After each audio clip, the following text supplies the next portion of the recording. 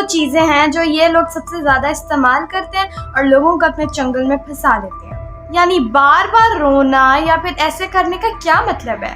आइए आज हम इसके बारे में तफसीलन बात करते हैं कि कितना ख़तरनाक है। अस्सलाम वालेकुम, I am Nabika Batool. I am Muslim inspirational speaker, trainer, coach and entrepreneur. कैसे हैं आप सब? मैं उम्मीद करती हूँ कि आप सब अल्लाह के फजल करम से बिल्कुल ठीक ठाक होंगे। आज मैं दोबारा आप लोगों के साथ एक बड़ी अच्छी वीडियो लेकर आई हूँ जिसके अंदर मैं आपको अपडेट भी करूँगी और मैं आपको बताऊँगी भी कि ये कैसे इस्तेमाल होती है। मैं बात कर रही हूँ, आज हम बात करेंगे कॉमन टैक्टिक्स के बारे में जो कि इस्तेमाल करता है एक मैनिपुलेटर जो कि टेक्निक इस्तेमाल कर रहा होता है विक्टिम की, यानी कि विक्टिम प्ले कर रहा होता है, एक फेक विक्टिम बन रहा होता है। वो कौन से कॉमन टैक्टिक्स इस्तेमाल करता है, आज हम इसके बारे में बात करेंगे। पिछली वीडियोस के अंदर हमने बात किया कि एक्चुअली ये होता क्या है और इनके की कैरेक्टरिस्टिक्स क्या होते हैं, हमने इसके बारे में बात की। आज हम उन कॉमन टैक्टिक्स की बात करेंगे जो कि यूज़ होती हैं एक टेक्निक के अंदर जिसको कहा जाता है प्लेइंग द विक्टिम, यानी फेक विक्टिम्स इन चीज़ों को इस्तेमाल करते हैं। और ये चीज़ें आप लोगों को कहने पहचाने में मदद करेंगी कि कौन एक असली विक्टिम है, कौन एक नकली विक्टिम है, क्योंकि ये बिल्कुल नकली विक्टिम का रूप जो है लेके आते हैं, यानी कि हमेशा अपने आप को बेचारा शो कराना। चलें, सबसे पहले जो है हम बात करते हैं कौन सा टैक्टिक। सबसे पहले है इमोशनल आउटबर्स्ट। जी, इमोशनल आउटबर्स्ट। इनका क्या होता है कि ये इमोशन को वाली यूज़ करते हैं जैसे कि रोना या ये ऐसे इमोशन सैड या रोने वाले इमोशंस जो कि एक विक्टिम नॉर्मली एक्सपीरियंस करते हैं, जो असल विक्टिम होते हैं। ठीक है, तो ऐसे वो जो है करके लोगों की हमदर्दियाँ पाने की कोशिश करते हैं, सिंपैथीज देने की कोशिश करते हैं, बार बार रोना। जैसे कि आप खुद सोचिए, जब आप किसी इंसान को रोते हुए देखते हैं तो आपको अच्छा नहीं लगता और आप जो है कहते हैं कि पूछता ऑब्वियसली क्या हुआ, कोई चीज़ चाहिए तो नहीं, तो ऑब्वियसली आप उसको उनसे सिंपैथी करें या फिर आप उसकी मदद करें या फिर उसको हल्की फुल्की अटेंशन मिली। अगर असल विक्टिम है तो सही बात है, ठीक है, इसमें तो कोई प्रॉब्लम नहीं है। बट अगर ये फेक विक्टिम करे तो ये गलत बात हुई ना, यानी कि वो ऐसे इमोशंस यूज़ करते हैं जो कि दूसरे के दिल को पिघला दें या फिर दूसरे को ऐसे कह लें सोचवाने की कोशिश करें कि हम विक्टिम हैं। तो वो ऐसे इमोशंस बहुत ज़्यादा यूज़ करते हैं, रोने की इमोशन, जिससे उन्हें सिंपैथी मिलती है, अटेंशन मिलता है और लोग उनकी बातें सुनते हैं। और सबसे बुरा पॉइंट इसके अंदर ये आता है कि बहुत से लोग जो है ना ऐसी ज़िंदगी के अंदर जो है लोगों की अटेंशन और प्यार भी लेते जाते हैं। किसी की ज़िंदगी जो है इसके वाले से सुख वाली रह भी नहीं सकती और ऐसा भी हो सकता है कि किसी का हक छिन जाए। इसीलिए ये चीज़ बहुत बुरी है और फैमिली सर्कल्स के अंदर या फैमिलीज़ के अंदर बहुत टाइम से यूज़ होता आ रहा है। एंड आई नो कि बहुत से लोगों के जहन में इस वक्त पिक्चर्स या वाक़यात आ रहे होंगे and I am sorry but ये बहुत कड़वा लगे उन्हें, लेकिन जो लोग ऐसा काम करते हैं उनका जो अंजाम है वो भी इबरतनाक होता है। ऐसे ही सिलेक्टिव स्टोरी टेलिंग, जिसको प्रोजेक्शन भी कहा जाता है, सिलेक्टिव स्टोरी टेलिंग यानी कि कहानी के या असल वाक़े के कुछ हिस्से बताना है, जिसे हम कह सकते हैं कि वन साइडेड स्टोरी। ठीक है, वो उसको इस तरह पेश करना कि जो हम हैं वो ही बेचारे नज़र आएँ और हमारे साथ जुल्म हुआ है वो नज़र आए। जैसे कि अब आप जानते हैं कि एक माँ बाप के पास हक है और उसका फ़र्ज़ भी है कि अपने बच्चों को सही रास्ता दिखाए और उनकी अकाउंटेबिलिटी भी करें ताकि वो जो है सही रास्ते पे चल सकें और अल्लाह ताला के साथ कनेक्टेड रहें। ठीक है, अल्लाह ताला ने ये माँ बाप को कहने फ़र्ज़ दिया है और इसके वास्ते सवाल भी होगा उनसे। अब ये एक पहली चीज़ आ गई। अब एक चीज़, अगर एक औलाद या किसी का बच्चा बुरा काम कर रहा है तो अगर माँ बाप उसे डांटें और उसे कहें ये ना करो तुम, और हल्का सा जो है कि लोग डांट दें, तो क्या है अगर बच्चे आगे जाके किसी को अपनी स्टोरी सुनाए कि उन्होंने मुझे ऐसा डांटा, मैं तो ये भी नहीं कर रहा था, मैंने तो बस मोबाइल पकड़ा था और वो मुझे ऐसे डांटते हैं, ऐसे करते हैं, ऐसे किया उन्होंने, मुझे ये बोला, मुझे वो बोला। ठीक है, तो क्या ये वन साइडेड स्टोरी आ गई। अभी दूसरी साइडेड की स्टोरी आई ही नहीं कि पेरेंट ने क्यों किया, क्या कर रहा था बच्चा, ये चीज़ें वो इस्तेमाल करते हैं। मैंने जस्ट आपको वैसे सिंपल एग्जांपल के लिए पेरेंट और चाइल्ड की स्टोरी बताई है, वरना ये नॉर्मली भी चलता है, यानी कि ये भी हो सकता है कि एज वैल्यूज़ के अंदर होता हो और फैमिलीज़ के अंदर होता है, ऐसे होता है। यानी एक स्टोरी उसको पूरा सुनाने के बजाय उसकी वन साइडेड स्टोरी जो है सुना के जो है दूसरे को गंदा भी कर देना और अपने आप को बिल्कुल साफ़ कर लेना और अपने आप को बेचारा साबित भी कर देना, तो ये भी होता है। यानी कहानी का सिर्फ एक पहलू बताना और सारी सिंपैथीज़ ले जाना या सारी अटेंशन ले जाना या अपने ऊपर से ब्लेम ख़त्म करवा देना, ये भी होता है। ये चीज़ बहुत ज़्यादा इस्तेमाल होती है एंड ये कितना ख़तरनाक है ये आपको अंदाज़ा भी नहीं है। और अल्लाह ताला इस चीज़ को सख्त नापसंद करता है, क्योंकि अल्लाह ताला कहते हैं इंसाफ के साथ डट जाओ, हक के साथ डट जाओ। और ऑब्वियसली जो हक के साथ नहीं डटते बल्कि उसका बरक्स करते हैं, लोगों को मैनिपुलेट करते हैं, लोगों के साथ बुरा करते हैं, तो उनका तो अंजाम इबरतनाक होगा ही।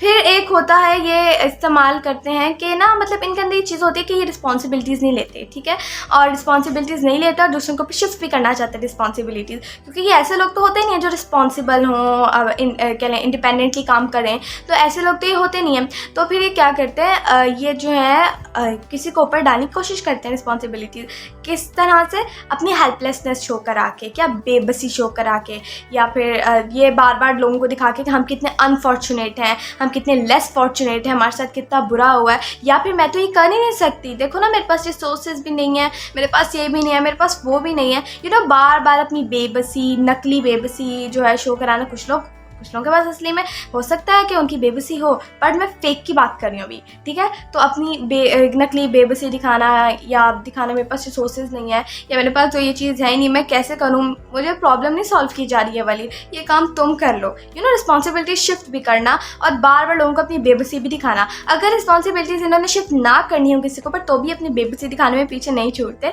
क्योंकि इन्हें चाहिए होती है सिर्फ अपना मुफाद, अपना गेन। वो किसी भी तरह से होता है, वो इमोशनल गेन भी हो सकता है, emotional gain means attention, sympathies, जिससे लोगों का हक छिने, ठीक है। और कोई अगर उन्हें वैसी कोई चीज़ चाहिए तो वैसे भी कर लेता है कि कोई पैसे दे दे, कोई गिफ्ट दे दे, या कोई कुछ दे दे, जो अपनी फरमाइशें भी मंगवा लेता है, ठीक है। तो किसी भी तरह से जो है वो उनको चाहिए होता है अपना गेन, और ये किसी भी तरह से बिल्कुल अच्छी बात नहीं है, बल्कि ये लोग आके जाके साइको बनते हैं और लोगों की ज़िंदगियां तबाह करते हैं। और जितनी जल्दी ये रुक जाए उतना ही बेहतर है, क्योंकि सिर्फ यहाँ इस दुनिया के अंदर नहीं, या साइंटिफिकली नहीं बताया गया, यानी कि साइंटिफिकली तो बताया गया है कि कितना ज़्यादा जो है इसका अंजाम इबरतनाक होता है और वो कैसे दिन ब दिन साइको बनते रहते हैं। बल्कि इस्लाम के अंदर भी इसकी कड़ी से कड़ी सजाएं, इसलिए इससे बचना बहुत ज़्यादा ज़रूरी है। फिर एक आती है गिल्ट ट्रिपिंग। गिल्ट ट्रिपिंग खुद एक मैनिपुलेशन टेक्निक है, हम इसके ऊपर किसी और वीडियो में बात करेंगे कि एक्चुअली प्रॉपरली ये होती क्या है, बट मैं आपको सिंपली बता देती हूँ। गिल्ट ट्रिपिंग लोगों को जो बार बार जो है ना उनके गिल्ट के ऊपर लेके जाना कि मैंने तुम्हारे लिए क्या किया है, मैंने तुम्हारे लिए क्या किया है, तो मैं ये नहीं कर सकती हूँ ना, बार बार ये कहना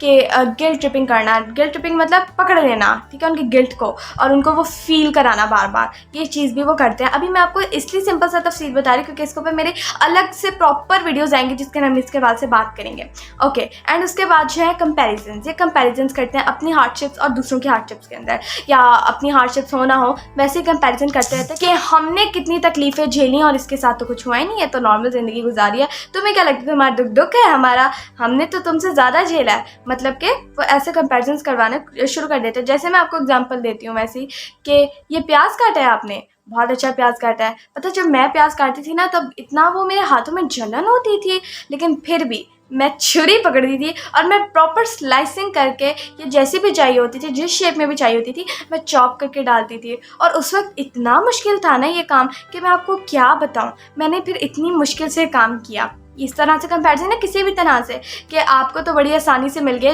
ये चीज़, हमने तो इतनी स्ट्रगल की, हमने तो इतना कुछ किया तो हमें ये मिला, हम तो, मैं क्या बताऊँ मेरी ज़िंदगी कैसी रही है, आपने तो बड़ी आसानी से ये पढ़ाई कर ली, मैं तो, हमें तो इजाज़त ही नहीं मिली कभी, हमने तो कभी ये किया ही नहीं, हमने तो वो कभी किया ही नहीं, आपको तो बड़े आसानी से ये हो गया। यानी अपनी भले स्ट्रगल्स हो या ना हो, बार बार कंपैरिजन्स करना नकली तरीके से, फेक तरीके से, जिससे दूसरे को भी गिल्ट हो या फिर दूसरे को बुरा फील करने की कोशिश करें और ये भी दिखाने की कोशिश करें कि हम कितने ज़्यादा लेस फॉर्चुनेट हैं, अल्लाह माफ़ करे, ठीक है।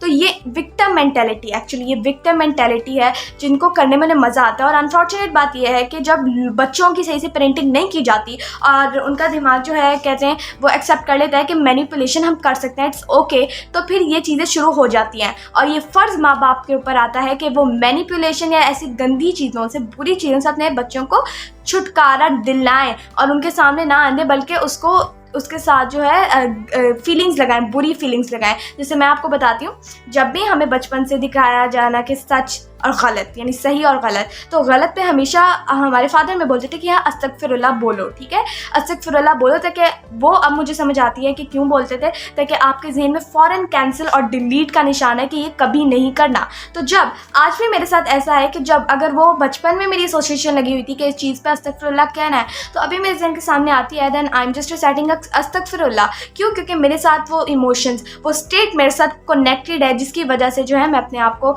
एक बेहतर इंसान समझती हूँ और जिसकी वजह से मैं अल्लाह का शुक्र अदा भी करती हूँ कि मुझे सही गलत में फ़र्क नज़र आता है। और ये आई एम सॉरी टू से, बट आजकल के माँ बाप, आजकल के भी और वैसे ही माँ बाप को सही पेरेंटिंग आती ही नहीं है। तो इसीलिए फिर क्या होता है, उनके बच्चे इन चीज़ों में घुस जाते हैं। और अनफॉर्चुनेटली आजकल की जनरेशन को मैनिपुलेशन ऐसी लगती है, डार्क साइकोलॉजी या मैनिपुलेशन ऐसे लगती है जैसे कि ये बहुत सही चीज़ है, हम करेंगे कुछ नहीं होगा, फ़तह हासिल करेंगे, लोगों को फंसाएंगे, इसका कुछ भी नहीं होता। तो इसीलिए अब आपने देखना है कि आपके बच्चे तो ऐसा नहीं करे, और अगर आपने किसी के साथ किया है तो उनसे माफ़ी मांगिए और अल्लाह ताला से भी माफ़ी मांगिए।